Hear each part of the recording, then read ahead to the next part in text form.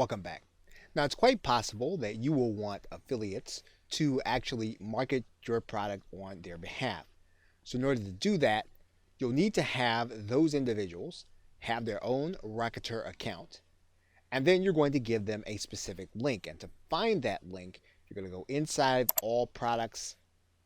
This is where you'll see all of your products. You are going to take this link, right click it, click the copy list address, and that is the link that you will be giving to your affiliates. So once that affiliate is inside of their account, they will go to the products area.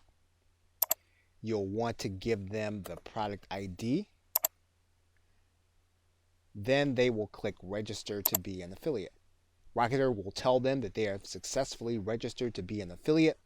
It'll give them the product price, their affiliate percentage, and then they will have a page that will actually keep track of their sales as they generate them.